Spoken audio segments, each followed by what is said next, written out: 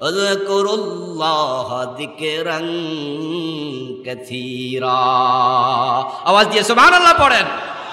এই কথা কাদেরকে বলতেছে? ইয়া আইয়ুহাল্লাযীনা আমানু যকুরুল্লাহ যিকরান কাসীরা। ও তোমরা যারা ঈমান এনেছো, তোমরা শোনো, যাদের ঈমান নাই তারা নয়, তোমরা যারা ঈমানওয়ালা, আল্লাহ বলো ও ঈমানদারেরা, আমি আল্লাহকে বেশি বেশি স্মরণে রাখো, বেশি বেশি জিকির করো। আজকে আমাদের কাছ থেকে জিকির হারায়া গেছে।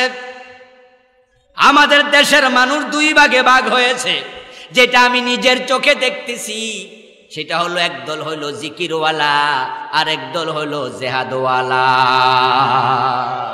একদল জেহাদের ওয়াজ খুব করে, তাদের মাঝে জিকির কম। আর একদল জিকিরওয়ালা আছে, ফজরের পরে মাগরিবের পরে জিকির করে, কিন্তু জেহাদের কথা শুনলে চেহারা কালো হয়ে যায়। অথচ ইসলামে দুটাই একসাথেই আছে। আল্লাহ পাক রব্বুল আলামিন জিকির করতে বলেছেন বেশি বেশি। জিকির একমাত্র ইবাদত, এটাই শুধু বেশি করতে বলছে। এছাড়া আমি নিজে আর কোনো ইবাদত বেশি করো এটা পাই না। বেশি বেশি নামাজ পড়ো, বেশি বেশি রোজা রাখো, বেশি বেশি হজ করো এটা নয়, বেশি বেশি যাকাত দাও সেটা নয়। বরং সব জায়গায় মাসালা হলো আইয়ুকুম আহসানু আমালা। নামাজ যখন পড়ো তখন নামাজটা সুন্দর করে পড়ো। রোজা যখন রাখো রোজাটা উত্তম ভাবে রাখো। হজ যখন করো হজটা কবুল হওয়ার উপযোগী করে। সব ব্যাপার হলো ভালোভাবে করো। বেশি বেশি নামাজ নয়, উত্তম নামাজ। মাগরিবের ফরজ কয় রাকাত? জোরে বলেন, কয় রাকাত? 4 রাকাত পড়লে সওয়াব বেশি হবে? বেশি বেশি নয়, যা 3 করো, তবে 3 উত্তম ভাবে করো। ফজরের নামাজের ফরজ কয় রাকাত? 3 রাকাত পড়লে সওয়াব হবে? ফজরের আজানের পরে ফরজ নামাজের আগে 2 রাকাত সুন্নাহ ব্যতীত আর কোনো সুন্নত নাই। ঠিক আজানের সাথে সাথে ঘুম থেকে উঠেছেন, মসজিদে গিয়ে 2 রাকাত সুন্নাত পড়ে বসে আছেন। এখনো জামাতের বাকি 20 মিনিট। ওই 20 মিনিটে চাইলে কি আরো 2-4 রাকাত পড়ার সুযোগ নাই? পড়া যাবে তো না। নির্ধারিত নামাজ, বেশি দরকার নাই। কিন্তু জিকির এমন এক ইবাদত, এটাকে আল্লাহ বলেছেন যিকরান কাসীরা, এটা বেশি বেশি করো। সব ইবাদত সুন্দর, মান তৈরি করো, কিন্তু আমাদের মাঝে কিছু ভুল চিন্তা আছে। আমি মাঝে মাঝে দেখি আমার পাশে দাঁড়ায়া ভদ্রলোক নামাজ পড়তেছে, একসাথে 2 জন নামাজ শুরু করেছি। আমি 1.5 রাকাত এখনো পড়ি নাই, 2 রাকাতের কাছেও যাই নাই, ওনার 4 রাকাত শেষ। এবং মনে মনে হয়তো কয়, দেখো এই হুজুরে এনো 1.5 রাকাতই, আর আমি 4 রাকাত। জিন্দাবাদ। আলহামদুলিল্লাহি রাব্বিল আলামিন আর রহমানির রহিম মালিক ইয়াউমিদ্দিন যাই নাই, অলরেডি বেড়া রুকুতে চইলা গেছে। গতি বিমানের চেয়েও বেশি। না না, এটা সুন্দর নামাজ নয়।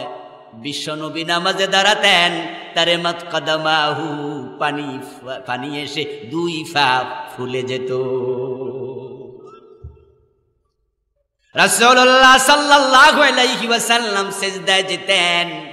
মা আয়েশা বলেন, আমার মাঝে মাঝে মনে হতো তিনি সিজদায় বুঝি মরেই গেছেন। আমি পায়ের মাঝে টিপ দিতাম। আর আমাদের সিজদার কি খবর? সুবহানা রাব্বিয়াল আলা। ইমাম যদি ধীরে ধীরেও 3 বার পড়ে, অনেক মুসল্লি কাশ দিয়া মিস কল দেয়। আছে না যে কাশের ধরন দেখে আমরা বুঝি এটা অরিজিনাল কাশ না, এটা মিস কর, মানে হুজুরে বুঝায় হুজুর আমার তো শেষ, আপনি কদ্দুর গেছেন। এই জাতীয় নামাজ সুন্দর নামাজ না, ঠিক কিনা? নামাজ হবে সুন্দর, তা নামাজে কখনো তাড়াহুড়া করা যাবে না। ও দোস্ত, তুমি কি জানো না তুমি কার সামনে খাড়াইছো? কোথায় তাড়াহুড়া করছো? আপনি আপনার প্রয়োজনে যদি এমপির কাছে যান, মন্ত্রীর কাছে যান, যাওয়ার পরে আপনাকে বলে বসেন বাহিরে, ভিতরে উনি ব্যস্ত আছে, হয় না? আপনি বইয়া থাকেন। এমবিবিএস ডাক্তারের কাছে গেছেন দেখাতে হাসপাতালে, সিরিয়াল নাম্বার 13, রুগী দেখতেছে 2 জন মাত্র, আরো 11 জন বাদ আছে, আপনি তাড়াহুড়া করেন না, বইয়া থান। ডাক্তারের কাছে যাইয়া বসে থাকেন, এমপি সাহেবের কাছে গিয়া বসে থাকেন, আর তামাম জগতের রব আল্লাহর সামনে দাঁড়াইয়া তাড়াহুড়া করছেন। قال النبي صلى الله عليه وسلم إذا قام أحدكم في صلاته فإنه يناجي ربه। তোমাদের কেউ যখন নামাজে দাঁড়ায়, তাকবীরে তাহরিমা বলার পরে সে তার আল্লাহর সাথে কথা বলতে শুরু করে। إذا قال الحمد لله رب العالمين قال تعالى حمدني عبدي إذا قال الرحمن الرحيم قال تعالى أثنى علي عبدي إذا قال مالك يوم الدين قال تعالى مجدني عبدي। সহিহ মুসলিমের হাদিস, আল্লাহর রাসূল বলছেন, বান্দা যখন এক আয়াত পড়ে, আয়াত শেষ হওয়ার সাথে সাথে আরশে আজিম থেকে আল্লাহ জবাব দেয়। বান্দা বলে আলহামদুলিল্লাহি রাব্বিল আলামিন, সমস্ত প্রশংসা জগতের রব আল্লাহর জন্য। আল্লাহ শোনার সাথে সাথে কয়, ও ফেরেশতারা সাক্ষী থাকো, হামাদানি আব্দি, আমার বান্দাটা আমার প্রশংসা শুরু করেছে। বান্দা বলে আর রহমানির রহিম, আল্লাহ বলে আসনা আলাইয়া আব্দি, বান্দা বলে মালিক ইয়াউমিদ্দিন, আল্লাহ বলে মাজ্জাদানি আব্দি, বান্দা বলে ইয়াকা না'বুদু ওয়া ইয়াকা নাস্তাঈন, আল্লাহ বলে হাদা লি আব্দি ওয়া লি আব্দি মা সাল। এইভাবে আল্লাহ কথা বলতে থাকে, কিন্তু আপনি নামাজে দাঁড়ায়া এমন তাড়াহুড়া, আলহামদুলিল্লাহি রাব্বিল আলামিন রহমানির রহিম, আল্লাহর কথা কইতেই দেন, সব নিজে একাই কইয়া এক নিঃশ্বাসে সাতায়াত শেষ। বিশেষ করে রমজানের তারাবিতে আল্লাহর কথা কওয়ার কোনো চান্সই।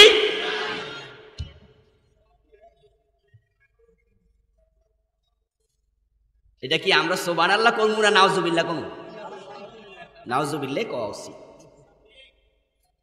এই যে তারাবির নামাজ নামক নামাজটাকে আমরা আজকে তামাশা বানায়া ফেলেছি।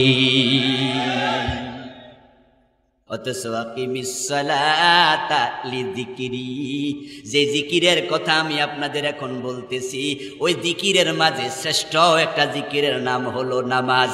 মানুষ যখন নামাজে দাঁড়ায় আল্লাহর স্মরণে দাঁড়ায়া যায়। বেশি বেশি জিকিরের অভ্যাস করতে হবে। উযকুরুল্লাহ কিয়ামান, আল্লাযীনা ইয়াযকুরুনাল্লাহা কিয়ামান ওয়া কুউদান ওয়া আলা জুনুবিহিম। আল্লাহ একটা ইবাদতকে পুরা জীবনের সাথে লাগাইয়া দিছে, ওই ইবাদতের নাম হলো জিকির। আপনারা একটু আওয়াজ করে বলুন তো, সূর্য ওঠার সময় নামাজ পড়া জায়েজ না হারাম? কিন্তু জিকির করা জায়েজ। আওয়াজ করে বলতে হবে কথা, তাহলে ঘুমে ধরবে না। সূর্য ডুবার সময় নামাজ পড়া জায়েজ না হারাম? জিকির করা জায়েজ। সূর্য মাথার উপরে আসলে নামাজ পড়া জায়েজ না নিষেধ? জিকির করা। এর দিন রোজা রাখা জায়েজ না হারাম? কিন্তু জিকির। মহিলাদের যখন হায়েজ হয় মহিলারা যখন নাপাক থাকে, আমরা পুরুষেরাও মাঝে মাঝে গোসল ফরজ হয়, ওই অবস্থায় নামাজ পড়া নিষেধ, কোরআন তেলাওয়াত করা নিষেধ, হজের তাওয়াফ করা নিষেধ, ওই সময় হায়েজকালে রোজা রাখাও নিষেধ, কিন্তু জিকির করাতে কোনো নিষেধাজ্ঞা নেই। قال النبي صلى الله عليه وسلم ما عمل ابن آدم عملا أنجى من عذاب الله من ذكر الله। আল্লাহর হাবিব বলেন, আল্লাহর বান্দারা শোনো, আল্লাহর আযাব থেকে বাঁচানোর জন্য জিকিরের চেয়ে শ্রেষ্ঠ কোনো আমল আর নেই। যারা জিকির করবে বিল গাদাওয়াতি ওয়াল আশি বিল গুদুবি ওয়াল আসাল, সকাল সন্ধ্যা জিকির করে, ও নবী মুহাম্মদ, এমন লোককে আপনি খুঁজে বের করে আপনি নিজেও তাদের সাথে একটু বসেন। সুবহানাল্লাহ। واصبر نفسك مع الذين يدعون ربهم بالغداوة والعشي يريدون وجهه। সবাই জোরে চিৎকার দিয়ে বলেন সুবহানাল্লাহ। সব জায়গায় কথা হলো, তোমরা নবীর কাছে যাও, তোমরা নবীর থেকে শিখো, তোমরা নবীর কাছে বসো, তোমরা নবীর সঙ্গ নাও, নবীর পিছে পিছে চলো। এই হলো আল্লাহর নির্দেশনা। নবীকে অনুসরণ করো, নবীকে মানলে আমি আল্লাহকে মানা হবে। মাইয়ুতিউর রাসূল ফাকাদ আতা আল্লাহ।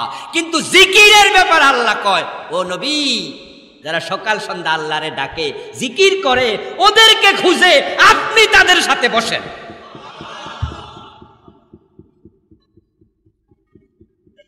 ওয়াসবির নাফসাক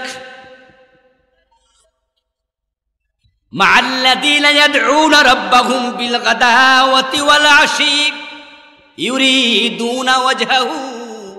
আল্লাহর সন্তুষ্টির জন্য যে মানুষগুলো সকাল সন্ধ্যায় রবকে ডাকে, জিকিরের মজলিসে বসে, ও নবী, আপনি তাদের সাথে নিজকে মিলাইয়া দেন। আলহামদুলিল্লাহ সুম্মা আলহামদুলিল্লাহ। সকাল সন্ধ্যা জিকির বেশি বেশি করে এমন কিছু আল্লাহর বান্দাও আছে না নাই? জিকিরওয়ালা আছে, কিন্তু সেই তালিকা আপনি আছেন কিনা? মাগরিবের নামাজের পরে হাতে আজকে সময় আছে, কোনো কাম কাজ নাই, ব্যস্ততা নাই, চাইলে মাগরিবের পরে আমি 100 বার, 1000 বার, 500 বার জিকির করার সুযোগ আজকে ছিল। কিন্তু না না, সুন্নাহ 2 রাকাত শেষ করে মসজিদের সামনে দাঁড়ায় দাঁড়ায় আড্ডা দেয়, জিকির নাই। চা দোকানে বইয়া বইয়া গল্প করে, জিকিরকারীদের সাথে বসে না, জিকিরের গুরুত্বটাই নাই। এমন অনেক লোক আছে আজকে তারা জিকির ভুলে বসে গেছে। কালান নবী সাল্লাল্লাহু আলাইহি ওয়াসাল্লাম, মাসালুল্লাযী ইয়াযকুরুল্লাহ ওয়াল্লাযী লা ইয়াযকুরু কামাসালিল হাইয়্যি ওয়াল মাইয়িত। যে জিকির করে, যে জিকির করে না, তার উদাহরণ হলো জীবিত এবং মরা লোকের মতো। মানুষ যদি মরে যায়, তার জিকির আজকার শেষ। সুতরাং যে জীবিত থাইকাও জিকির করে না, বুঝতে হবে সে মরা মানুষের মতো হয়ে গেছে। আল্লাহর হাবিব সাল্লাল্লাহু আলাইহি ওয়াসাল্লাম বলতেছেন, যে ব্যক্তি আল্লাহর স্মরণে তার ঠোঁটকে ভিজায়া রাখে, ওই লোকটা মরার পরে হাসতে হাসতে জান্নাতে যাবে। এজন্য ফ্রি নয়, আড্ডা নয়, গল্প নয়, সুযোগ পাইলে জিকির করো। লাইসা ইয়াতাহাসসারু আহলুল জান্নাতি ফিল জান্নাতি ইল্লা আলা সাতিন কদ মাদাত মিন গায়রি যিকরিল্লাহ। হাদিসে আসছে রাসূলুল্লাহ সাল্লাল্লাহু আলাইহি ওয়াসাল্লাম বলেন, জান্নাতে যাওয়ার পরে কোনো মানুষ কোনো আফসোস করবে না। সে যা পাইছে খুশি হইয়া যাবে, কোনো আফসোস তার অন্তরে নাই।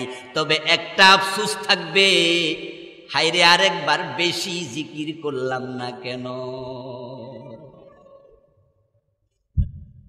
জান্নাতি ভাববে, আমি আমার আমলের কারণে আল্লাহর পক্ষ থেকে পুরস্কার স্বরূপ যে জান্নাতটা পাইছি, যদি একবার বেশি সুবহানাল্লাহ বলতাম তাহলে এক উপরের জান্নাতটা পাইয়া যাইতাম।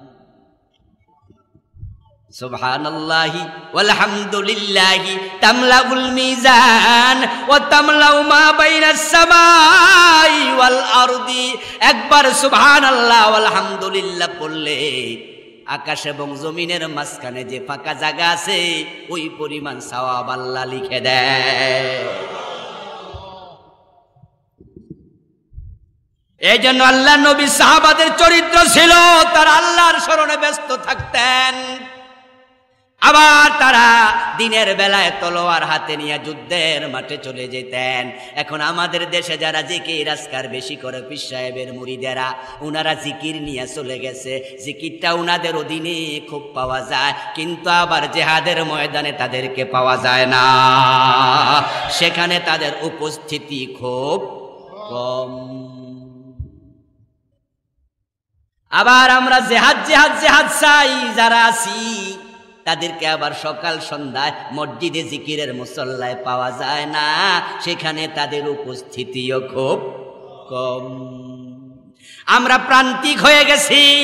দিনের বিজয়ের জন্য দুটাকে একসাথ করা লাগবে, মেসওয়াকও লাগবে, আবার জিহাদের তলোয়ারও লাগবে।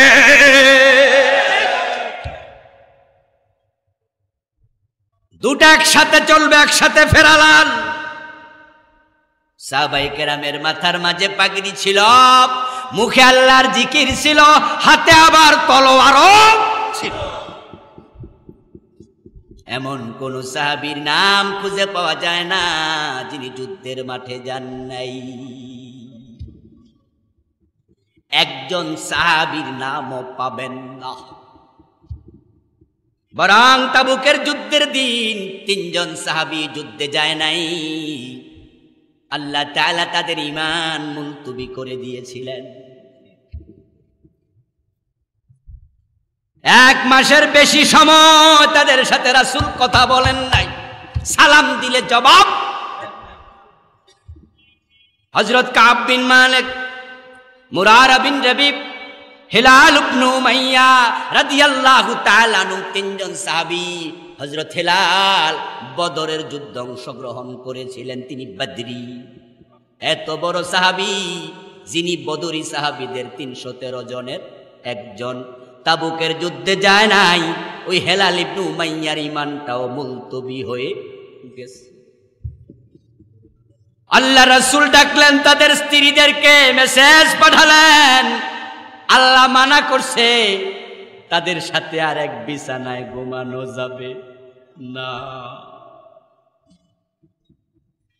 তাদের সাথে কথা বলা বন্ধ, সালাম দিলে জবাব দিও না। পরিবারের লোকেরা কথা বলে না, সমাজের লোকেরা কথা বলে না। হযরত কাব বিন মালিক বলেন, রাসূলকে যখন সালাম দিতাম রাসূল মুখ ফিরাইয়া নিতেন, তখন আমার মনে হতো কলিজাটা ফেটে যাবে। একটা যুদ্ধে শুধু যান নাই মাত্র, একজন সাহাবীর নাম নাই যে যুদ্ধে যায় নাই। বরং রাসূলের সাহাবীদের মাঝে একজন ছিলেন অন্ধ, ওনার নাম ছিল আব্দুল্লাহ ইবনে উম্মে মাকতুম রাদিয়াল্লাহু তাআলা আনহু। ওনার জীবনী পড়ে দেখুন, হযরত ওমরের খেলাফত কালে গজওয়ায়ে কাদিসিয়াতে ওই ইবনে উম্মে মাকতুম শহীদ হয়েছে। অন্ধ পর্যন্ত যুদ্ধে চলে যায়, আর জিহাদের নাম শুনলে তোমাদের কিছু মুসলমান নামদারির চুলকানি শুরু হয়ে যায়। জিহাদকে জঙ্গিবাদ মনে করে এমন কিছু লোক আছে না নাই? জিহাদের কথা শুনলে কেমন কেমন লাগে, জঙ্গি জঙ্গি মনে হয়। বরং কোরআন হাদিসের বই পাওয়া গেলে জঙ্গিবাদের মামলা দিয়ে দেয়।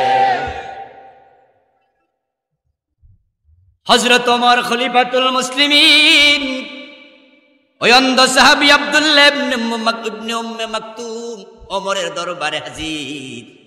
আমি একটি দরখাস্ত নিয়ে এসেছি, মঞ্জুর করতেই হবে। হযরত ওমর বলেন, অন্ধ আব্দুল্লাহ রে, কি তোমার দরখাস্ত শুনি, বলো। আব্দুল্লাহ ইবনে উম্মে মাকতুম বলেন, আমি শুনেছি জিহাদের ময়দানে সাহাবা যাচ্ছে, তাবিরা যাচ্ছে, মুজাহিদদের সাথে আমি আব্দুল্লাহ যেতে চাই। আমার কত সঙ্গী রাসূলের সাথে ঈমান এনেছিলেন, তারা যুদ্ধের মাঠে শহীদ হইয়া অলরেডি জান্নাতে আল্লাহর নেয়ামত খাচ্ছেন।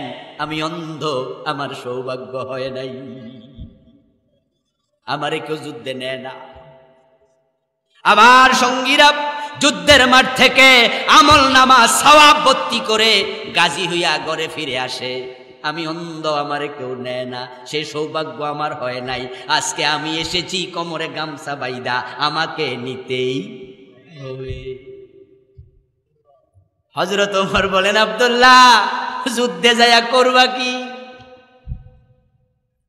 যুদ্ধের মাঠে কি হালুয়া রুটি দেয়? কথা বলেন, গরম গরম জিলাপি দেয়, তুমি ওখানে যায়া করবা কি? আব্দুল্লাহ ইবনে উম্মে মাকতুম জবাব দেন, খলিফাতুল মুসলিমিন, আমি জবাবটাও রেডি করে আনছি। এই প্রশ্ন আপনি করবেন আমি জানি, আমার তো চোখ নাই, আমি তো কাফের দেখবো না, তো তলোয়ার হাতে নিয়ে মারামারি কার সাথে করব? আমি জানি এই প্রশ্ন আপনি করবেন, তা আমি জবাব এনেছি। জবাবটা হলো, আমার হাতে কালেমার পতাকাটা দিয়েন, আমি ওয়াদা দিলাম মাটিতে পড়তে দেব না, দুই হাতে তুলে ধরে রাখবো। ওইটা আমি করতে পারবো, এটার জন্য চোখ লাগে না, আমার দুইটা হাত তো আছে। জিহাদে যাওয়ার আকুতি শুনে হযরত ওমর অনুমোদন করে দিলেন। গাজওয়ায়ে কাদেসিয়ার সেনাপতিকে ডেকে বলে, সেনাপতি যুদ্ধের মাঠে যাও, কিন্তু কালেমার পতাকা আমার আব্দুল্লাহর হাতে দিও। আব্দুল্লাহ ইবনে উম্মে মাকতুম রাদিয়াল্লাহু তাআলা আনহুর জীবনী পড়বেন। সাহাবীদের জীবনীর সেরা একটা বই হলো আসহাবে রাসূলের জীবন কথা, ৭ খণ্ড, লিখেছেন প্রফেসর ডক্টর আব্দুল মাহবুদ, ঢাকা বিশ্ববিদ্যালয়ের প্রফেসর। চমৎকার বই, এত আকর্ষণীয় কিতাব, পড়া শুরু করলে শেষ না করে রাখতে মন চাইবে না। বিশ্বনবীর সাহাবাদের জীবনীর এক একটা অক্ষর স্বর্ণের চেয়েও দামি। ইবনে উম্মে মাকতুমের জীবনীতে পাওয়া যায়, তিনি গাজওয়ায়ে কাদেসিয়াতে গিয়েছেন, কালেমার পতাকা দুই হাতে তুলে ধরে রেখেছেন। যুদ্ধ শুরু হয়ে গেছে, যুদ্ধের প্রচন্ডতার সময় মুজাহিদরা এক একজন এক একদিকে ছড়িয়ে পড়েছে যুদ্ধের মাঠে। আব্দুল্লাহ ইবনে উম্মে মাকতুম তলোয়ার ধরে কালেমার পতাকা ধরে দাঁড়ায় আছে। যার হাতে কালেমার পতাকা, সে যে মুসলিম, সে যে মুমিন, তা চিনতে কাফেরদের কষ্ট হওয়ার কথা না। উনাকে লক্ষ্য করে তীর মারা শুরু করলো। যুদ্ধের পরে দেখা গেল আব্দুল্লাহ ইবনে উম্মে মাকতুমের লাশ জমিনে পড়ে আছে। ওনার কাছে গিয়ে দেখা গেল তখনও কালেমার পতাকা দুই হাতে ধরে আছে।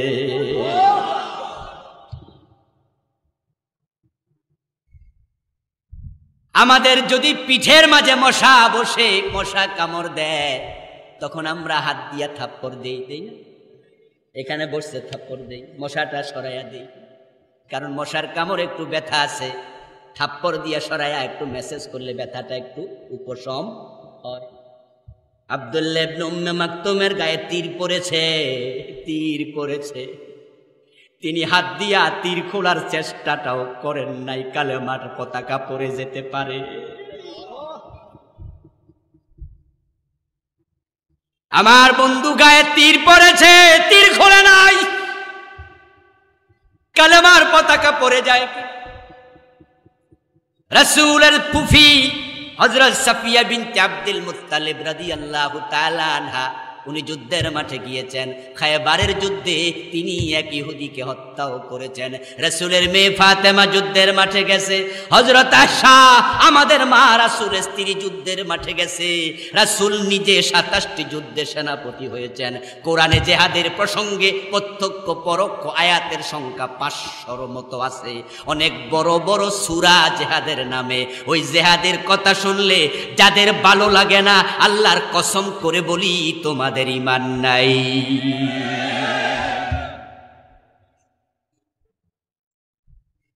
এখন আমরা যারা জিহাদের পক্ষের লোক, আমরা জিকির কমাইয়া দিছি, আবার জিকিরের পক্ষের লোকেরা জিহাদের চিন্তা মাথা থেকে সরাইয়া দিছে।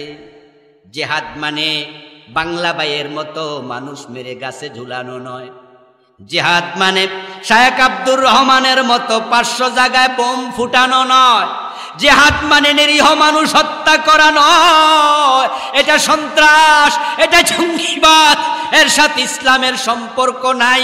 জিহাদ মানে হলো অন্যায় যেখানে প্রতিবাদ, সেখানে অন্যায় করা যাবে না, অন্যায় সহ্য করা হবে না।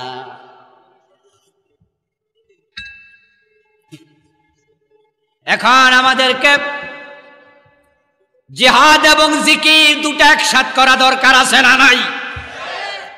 জিকির বাড়াইয়া দিতে হবে।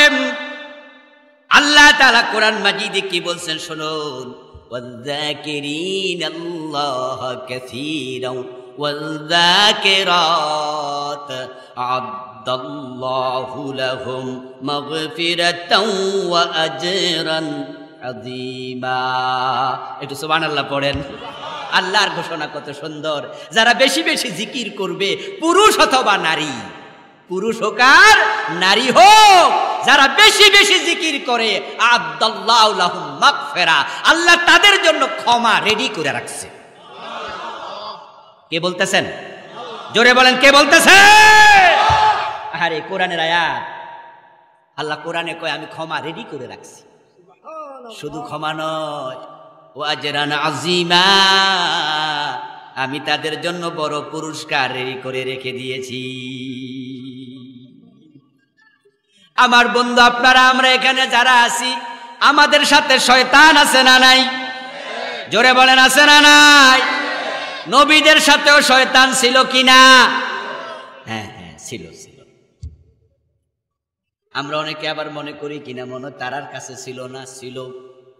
বিশ্ব নবী বলেন সব মানুষের সাথে একটা করে শয়তান আছে। আমি নবী মুহাম্মদ, আমার সাথেও শয়তান আছে। ফাইন্নাহু আসলামা বি, তবে আমার শয়তানটা আমার কাছে মুসলমান হয়ে গেছে। সে আমার আনুগত্য করে, আমারে ধোঁকা দেন। এবার বলুন তো, আমাদের সাথে যে শয়তান আছে, সে আমাদের আনুগত্য করে না আমাদেরকে আনুগত্য করাইতে চায়?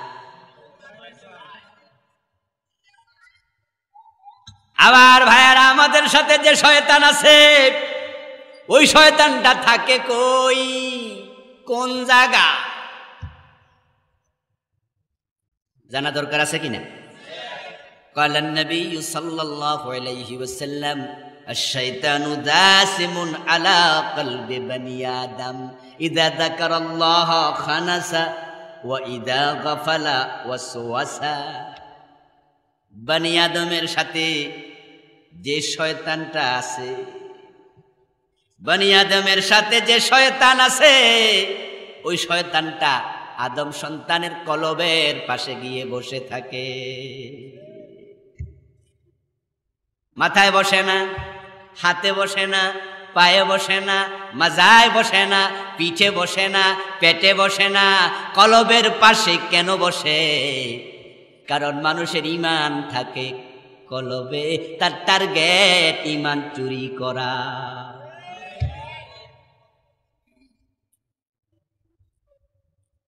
আমার প্রিয় ভাইরা, শয়তান মানুষের ঈমান চুরি করতে যায়। এখন বলুন তো, শয়তান থেকে ঈমান বাঁচানো দরকার আছে না নাই? আল্লাহর হাবিব এবার বলতেছেন, শোনো, শয়তান তোমাদের কলবের পাশে গাপটি মেরে বসে থাকে। ইদা যাকারাল্লাহ খানাসা, যখন তুমি আল্লাহর জিকির করো তখন সে পালায়া যেতে বাধ্য হয়। তাহলে যারা জিকির যত বেশি করবে শয়তান তত দূরে থাকবে। ওয়াইদা গাফালা ওয়াসওয়াসা, যখন সে জিকির করবে না, মনোযোগী হবে, শয়তান তাকে ধোঁকা দিতে শুরু করে।